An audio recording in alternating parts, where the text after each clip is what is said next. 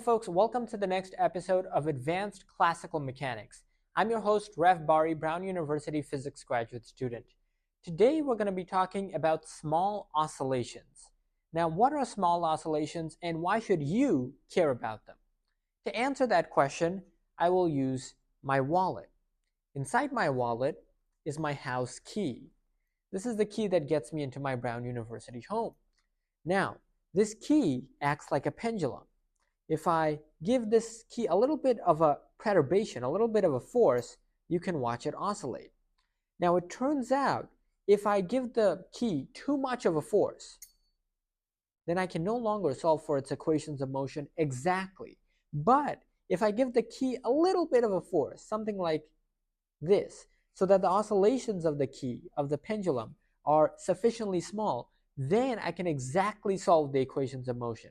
In other words, if I give too much of a force, then the key becomes chaotic. I can no longer solve for its equations of motion. But if I give it a small perturbation, then I can solve its equations exactly. That's what we're going to be investigating today. So the first thing I'm going to do is start off with a simple physical idea. The idea of static equilibrium. Let's write that down. Static equilibrium. Okay, so what is the idea of static equilibrium? Well, the idea is very simple. You don't need any math to describe the idea. Imagine a cereal bowl. Let me draw a cereal bowl. If I put a marble over here at the bottom of the cereal bowl, and I come back 1 hour later, what do I expect? I expect the marble will still be at the bottom of the cereal bowl, right? But what if I had placed the marble over here in this position and I came back not even 1 hour, maybe 1 minute later? Well, even 1 minute later, this marble, by the time I came back, it will have rolled down to the bottom of the cereal bowl. Now, believe it or not, this simple physical phenomena illustrates a very deep idea. And the idea is that nature always has a physical system occupy the minimum of a potential well. What does that mean? Here's what that means. This bowl is really a metaphor. It's a metaphor for the potential energy of a system, of a classical system. Okay, so here I'm going to draw a graph. On the y-axis is potential energy. On the x-axis is the coordinate x. And I'm going to draw a bowl shape much like I've drawn here. Now, this right here, this curve over here can represent a physical system. This could be the potential energy of a physical system. For example, this potential energy could be the potential energy for a spring. Because remember, a spring's potential energy is 1/2 kx squared. It's a parabola that looks like this, right? So let me draw a spring right here, just so that I can illustrate this point. So here is a spring, and the potential energy of a spring looks like this, 1/2 kx squared, which is a parabola if I draw it as a potential energy graph. So the idea that I'm trying to explain is that when the spring is at its equilibrium position, this is the equilibrium position of the spring. Let's call it Q0. Okay, X is Q0. Then the spring will be right here. It will be at the bottom. It will be at the minimum of the potential well. So this is our Q0, right? So that is the idea. The idea is that nature always likes to have the minimum potential energy. See this spring? This spring, if you don't do anything to it, if you don't push it, if you don't pull it, then it'll be at its equilibrium length. And at its equilibrium length, it'll be at the minimum of the potential well. But what if you stretch the spring a little bit, right? Okay, what if you stretch the spring maybe in this direction? Let's stretch the spring this way. What is going to happen? Well, if I stretch the spring, well, then the spring will extend like this, and it'll be over here. Okay, its equilibrium was here, but now it's over here. So now that I stretch the spring, it wants to pull back, right? The spring has a restoring force in this direction, F restoring. The spring is now pulling back in the negative x direction, okay? How can we understand this from our potential energy graph? Let's go back to our graph. when I pulled my spring to the right, what I really did is I moved my ball, essentially, my spring, up the potential energy graph over here. Now that I moved the spring up over here, I know that the spring exerts a restoring force, but how do I see that on my potential energy graph? Well, what I do is I draw the slope of the potential energy graph as follows, because I know that the force acting on an object is the negative derivative of the potential, okay? Or you might also see it as the negative gradient of the potential. So look at this slope, okay? The slope of the potential energy graph over here, is it positive or negative? Well, clearly this line has a negative slope, but that means if the slope is negative, right? If gradient of V, if this is negative, that means the force acting on the spring is in the positive direction, okay? So that means the spring exerts a restoring force in this direction, okay? So in other words, if we look to our potential energy graph, the restoring force is in this direction. So that's the idea. That's the big idea. By the way, you might be confused. Why is the restoring force allegedly in the positive direction, but here it's in the negative direction? No worries. This is just a consequence of which direction you choose your coordinate system. So let's say I choose my coordinate system so that positive x is this way and negative x is this way. So now you can see I pulled my spring in the negative x direction, but the restoring force, so this is, I pulled my spring in the negative x direction when I moved it to the top of the potential energy well, but the restoring force, this is the restoring force, is in the positive x direction, okay? Might be a bit counterintuitive, but hopefully you understand the general idea. So this is the idea of static equilibrium. When my spring is at the bottom of the potential well, then it is at a position of static equilibrium. At that location, why is the spring at static equilibrium? Because notice, the slope over here is 0, right? So that means the force acting on the spring is minus partial x of v, but that's 0 in this case, so that means the spring experiences no force, so it'll remain at rest. So this is the condition for static equilibrium. So let me write that down. Hopefully you'll see what I will write down here. So the condition for static equilibrium is that all derivatives of the potential energy vanish, okay? So partial V, partial Q sub I, where Q sub I are the coordinates, the generalized coordinates of our system, equals 0. So this is the condition for static equilibrium, right? We're just looking for minimums of our potential energy well, or just these kind of zero slope regions of our potential energy well. But this is not the only way that we can have a static equilibrium condition, right? There's two more ways we can satisfy it. Let's take a look at those. So I'm going to draw them here. So far, we've seen that we can satisfy the condition for static equilibrium with something like this, with a concave up potential. So the y-axis here is v, x-axis is of course x. This right here is, let's say this is our minimum of the potential energy well. So this is certainly static equilibrium, and in fact this is not just static equilibrium, this is stable static equilibrium, meaning that if I put a ball over here, or if I have a system over here and I perturb it a little bit, if I perturb my system a little bit in this direction or this direction, then it's going to bounce back to the bottom of my potential energy well. But that's not necessarily the case every time, because for example, I could have something like this. What if I had a situation like this, where I still have a potential energy derivative of 0 over here, right? The derivative of the potential energy is still 0, but now this is no longer static equilibrium, okay? By the way, this is the generalized coordinate q sub I, so don't worry about that. Instead of x, I've just generalized it to q sub I. So if I place a ball here, and if I perturb the ball a little bit in either direction, the ball is just going to fall off the ramp, right? It's not going to roll back to this original equilibrium spot. So this is called unstable equilibrium. This is an example of unstable equilibrium. So this is unstable.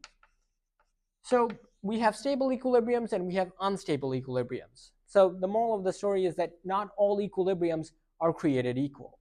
So now that we have a vague idea of what it means for a classical system to be in equilibrium, let's try to understand the equations of motion for a classical system in equilibrium. So here's how I'm going to do that. So here's my strategy. Here's the strategy. The strategy I'm going to employ is to look at the Lagrangian for the system. I remind you that the Lagrangian for a system is its kinetic energy minus its potential energy. Now, in general, the kinetic energy for a system looks something like this. For a system or for a particle, the kinetic energy is just 1/2 mv squared. Now, there's a way we can write this in a more fancy mathematical notation.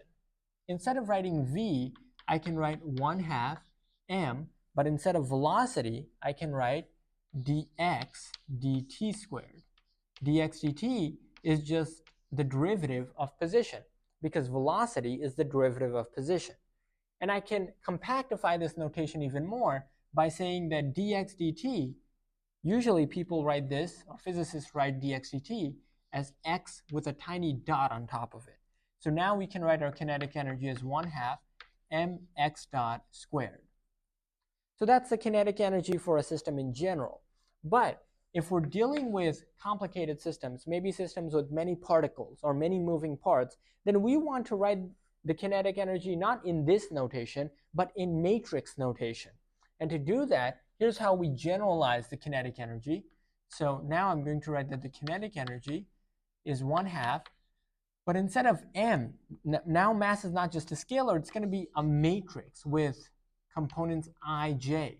Okay, now we're going to have a mass matrix. So we're slowly upgrading the kinetic energy to become more and more robust in describing a more general type of physical system. So this is a mass matrix with indices I and j.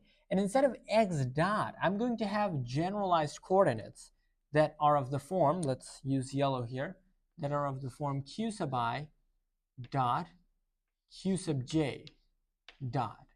Okay, so let me write that again. I'm going to write it larger because this is the form of the kinetic energy that we're going to use now. 1/2 the mass times q sub I, that's our first generalized coordinate, q sub j dot. Okay, now if you're having a hard time understanding this, no worries, that's completely fine. Let's try to break this down. Let's try to understand this. This right here is the mass matrix. In its simplest form, this could be a diagonal matrix that's made out of the masses involved in your system. So for example, if you have, let's say, a double pendulum. Let's say you have a double pendulum right here. So here is a double pendulum with a mass m1 and a mass m2. Then your mass matrix would just be a 2x2 matrix that's diagonal with elements m1 and m2. That's it. And your qi dot, qj dot, these are your generalized coordinates taking their time derivatives, right? So if I is equal to j, then once again this reduces to something like qi dot squared, which is exactly what we had for our original kinetic energy equation. So in any case, this is our general kinetic energy equation for matrix notation, and so that's fine.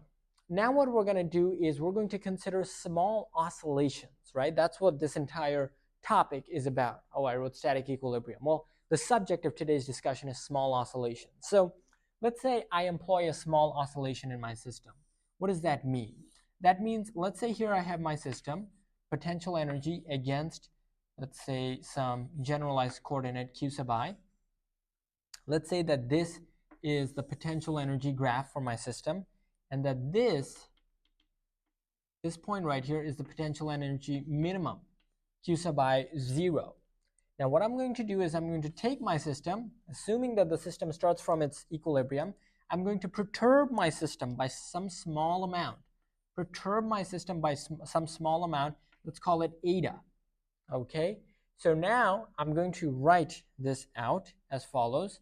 So my generalized coordinate q sub I can now be broken up into the static equilibrium point q sub I 0 plus this new point eta, this small perturbation eta. So this is eta. Let me look at my notes and make sure I used the same coordinate. Yeah. So this is eta sub I for the small perturbation in the ith general coordinate. So eta sub I. And we could have higher order perturbation terms, but we're going to ignore them. So really, I don't even know why I wrote this. We're going to ignore these. So let's take a look at this. If I want to re-express my kinetic energy in terms of these perturbations, right? Well, I have to figure out qi dot and qj dot. So qi dot, what is that? Qi dot is nothing more than, well, this is just a constant term, right? This term right here encoded our static equilibrium condition. This encoded our static equilibrium condition. Okay, this was that point right here. This point right here, this is not really a point, this is our perturbation. This is a small tiny change we make in our generalized coordinate for the system to see how the system responds. This is exactly analogous to this key that I had here, making a small perturbation and seeing how my system responds. So now if I take the time derivative, I get that qi dot is equal to eta sub I dot. So very good. Now I can go and take this, substitute it into my kinetic energy equation. T is equal to 1/2 mij, and instead of q sub I dot, I'm going to now write eta I dot, and instead of q sub j dot, I'll write eta j dot. Okay, so this is my new kinetic energy expressed in terms of my perturbations, eta sub I and eta sub j.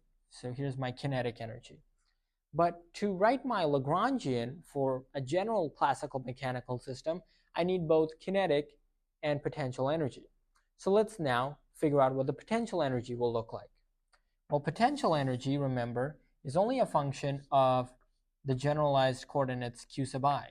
It is not a function of the generalized momenta q sub I dot or p sub I. So what is my potential energy going to look like? Well, potential energy, V, is always a function of my generalized coordinates q sub I, as I just said. But, can I use a different color maybe? So, but I can now expand my generalized coordinate q sub I, because now I have a perturbation term eta sub I. God, my nose is itching.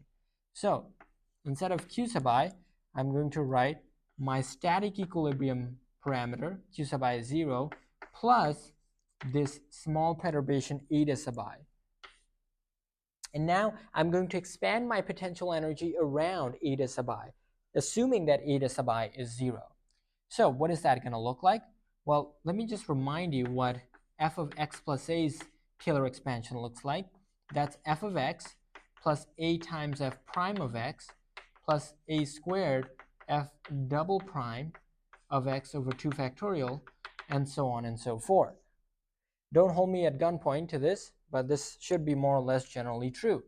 So now I can employ that same Taylor approximation to this potential energy and expand it as follows, so that V of q sub I 0 plus eta sub I is more or less V of q sub I 0 plus eta sub I times V prime of q sub I 0 plus eta sub I squared V double prime of q sub I 0 all over 2 factorial.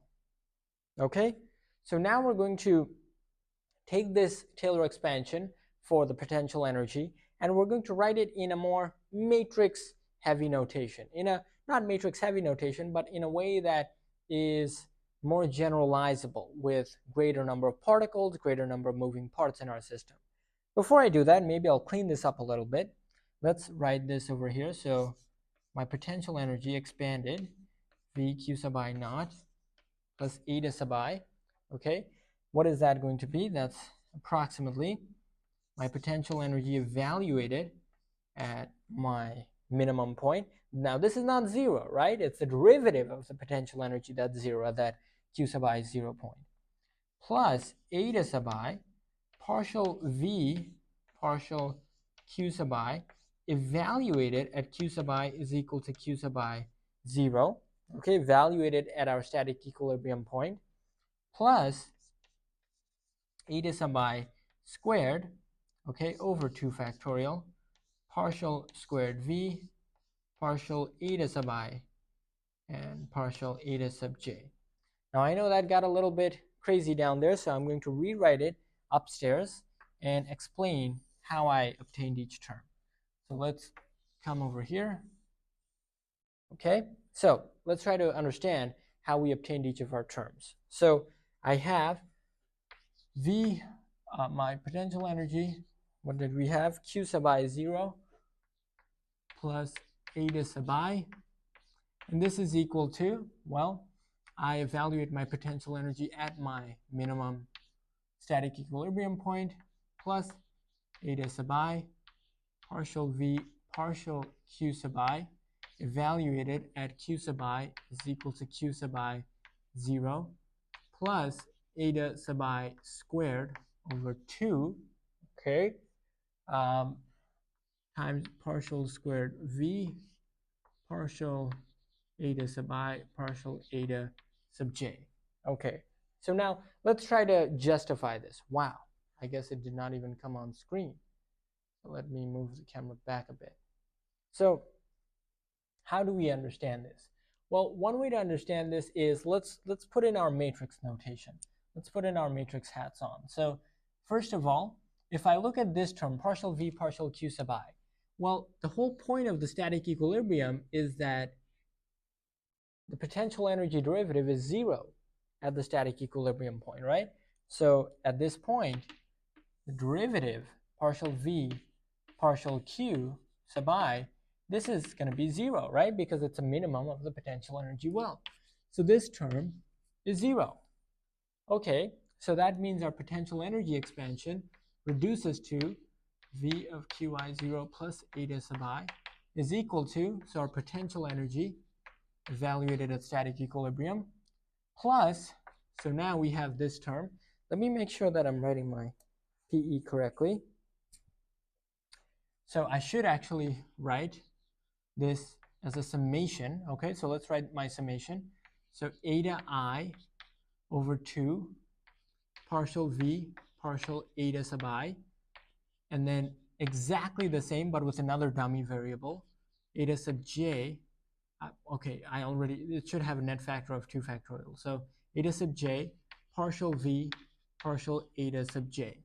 Okay, so now if I combine my two summations, then I get that my potential energy expansion is of the form v q sub I 0 plus my summation over I and j, okay, of 1 over 2 eta sub I, eta sub j, partial squared v partial eta sub I partial eta sub j.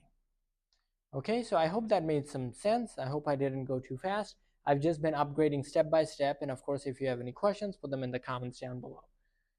So now I have my full potential energy expansion, and I am ready to go ahead and simplify this a little bit. Not simplify, I'm just going to do some cosmetic surgery. So let's do some plastic surgery on this equation. I'm going to call this term V naught, okay? It's just a constant, whatever. And we're going to call this term V sub I j, V sub I j, as if it's some term, some element of a potential energy matrix. So that now I can write my potential energy as V qi 0 plus eta sub I is equal to V naught plus the summation over combining, well, not combining, just writing my two summations as one, but over the indices ij, 1/2 of eta sub I, eta sub j, times that potential energy matrix element, V sub ij, which is defined to be this partial derivative, something like the Hessian. So now I have my potential energy as well, in terms of my perturbation terms, eta sub I, right? And eta sub j, but that's the same thing. So now that I have my kinetic energy and my potential energy, can I not just subtract them to obtain my Lagrangian and then shoot them through the Euler-Lagrange equation to obtain the equations of motion? Yes, I can, and yes, I will. So the Lagrangian is now going to be 1/2, whatever, I'll put the summations later, 1/2 mij eta sub I dot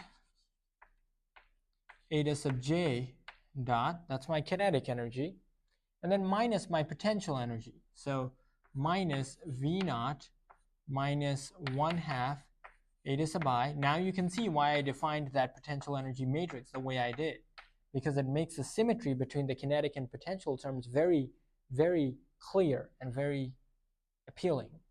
So now all I'm going to do is just let me finally put in what deserves to be put in, which is the summation symbol. So 1/2, and let's put this in, mij eta sub I dot eta sub j dot minus eta sub I eta sub j v sub I j, all minus, and this is outside of the 1/2, all minus V naught. Now let me make sure I got my signs correct. Kinetic is plus, potential is negative. This is just my constant term. Recall that constant terms in your Lagrangian don't affect your equations of motion because they get killed during the Euler-Lagrange equation. And so now that I have my Lagrangian for the oscillations for small oscillations in a classical mechanical system, now I'm going to put this in to the Euler-Lagrange equation to find the equations of motion for the small oscillations. Okay, so the Euler-Lagrange equation tells me that partial L partial Qi minus partial T partial L partial Qi dot is 0. Now here, of course, I don't have my generalized coordinates. No, I'm trying to find the equations of motion for not my generalized coordinates, but my perturbation in my generalized coordinates, eta sub I and eta sub I dot. So let me just rewrite my Euler-Lagrange equation to reflect that. So I'll have partial L partial eta sub I minus partial T partial L partial eta sub I dot, and this had better be 0. Now let's calculate these partial derivatives and see what we get from the Euler-Lagrange equation. So I'm going to get partial L, let me get a better color for God's sakes. Okay, so partial L partial eta sub I. So what is that going to be? And God, this chalk, I don't think it's visible, but hopefully you'll see it still. So taking the derivative with respect to eta sub I will leave me with these two terms, right? So I'll obtain, and of course there will be a 1/2 out front, so let's not forget that. So minus 1/2 eta sub j times my potential energy matrix element, and then I'll have partial L partial eta sub I dot, and that's going to leave me with this mass matrix and this element. So I'll be left with, is that going to be positive? Yes. So 1/2 mij, my mass matrix element, times eta sub j dot. Okay, now remember that this second term is going to get hit by a temporal derivative. So I'm not sure if you can still see. Okay, you can. So partial T partial L partial eta sub I dot is going to be 1/2 mij eta sub j double dot. Okay, so because obviously mass literally cannot depend on any temporal terms. Okay, so my chalk fell down. I have to pick it up. So now let's substitute all of our terms in to obtain our final equation of motion. So seems like I've literally run out of space, but no worries. I think we can still use this part of the blackboard to write down our equation of motion, which is going to be, let's see. So we have this term, partial L partial eta sub I. That's going to give us 1/2 mij, my mass matrix, eta sub j dot, and then minus, so minus, Let's see. Now hold on a second. What am I plugging in? I should be plugging in this, which is of course this. So sorry, that is a typo. This is a egregious typo. Let's fix that. So this should be minus 1/2 eta sub j times my potential energy matrix element. Okay, minus partial t of this term. So that is minus 1/2 my mass matrix term times eta sub j double dot is equal to 0. So now I can simply cancel out the factors of 1/2. Okay, or actually, should I? Yes, let's, or should I not? Okay, well, you know, the first thing I'll do in either case is write this in matrix form. So let's write it in matrix form. So the summation over I and j of minus 1/2. Yeah, let's get rid of this. So minus 1/2 is gone. Okay, so this is going to leave me with, let me just make sure I've got the right equation of motion. Indeed I do. So this is going to leave us with my potential energy matrix element times eta sub j plus my matrix element for mass times eta sub j double dot is equal to 0. So this right here is my equation of motion for small oscillations in a classical mechanical system. Okay, so let me just make sure that's correct. Indeed it is. Okay, so let me write that over here one last time so that you can see it clearly. So the final equation of motion we derive to be is potential energy matrix element Vij, okay, times my small perturbation eta sub j plus my mass matrix element Mij times eta sub j double dot. Oh, that's my chalk. Eta sub j double dot. And this is equal to 0. So this is the equation of motion for small oscillations around a classical mechanical system. This is what we just worked out. And you can see everything fits together perfectly. There's no memorization. There's none of that here. It's just all very straightforward, very easy to understand. Maybe not easy to understand, maybe, but very logical steps, very logical, deductive, precise, surgical steps to get from a very simple, you have to admit, this is something you see in your kitchen every day, to a very, very precise mathematical, physical fact right here. So, okay, my nose is killing me, but if you have any questions about today's lecture, please feel free to comment down below. I will answer any questions, as I always do. I appreciate any feedback on the lectures, and hopefully what we did was clear. Let me just give a brief overview of where we started and where we ended. We started with the idea of static equilibrium, right? This is the idea of static equilibrium, that if you put a ball in the minimum of a potential energy well, it'll stay there. Nature loves the minimum of the potential energy. That's what nature loves to occupy. And then we went through the math. We took the Lagrangian and we applied a small perturbation to the generalized coordinates of a system, and we reformulated the kinetic and potential energies. We wrote the Lagrangian down, and we plugged in that Lagrangian to the Euler-Lagrange equation to obtain the equations of motion for small oscillations around the equilibrium of a classical mechanical system. So in fact, maybe that's worth writing down. This is the equation of motion for small oscillations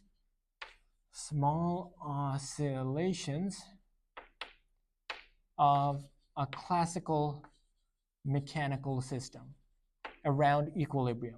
Classical mechanical system around some equilibrium point q sub I 0. Q sub I 0. Okay, so folks, thank you for watching today's lecture. We'll see you in the next one.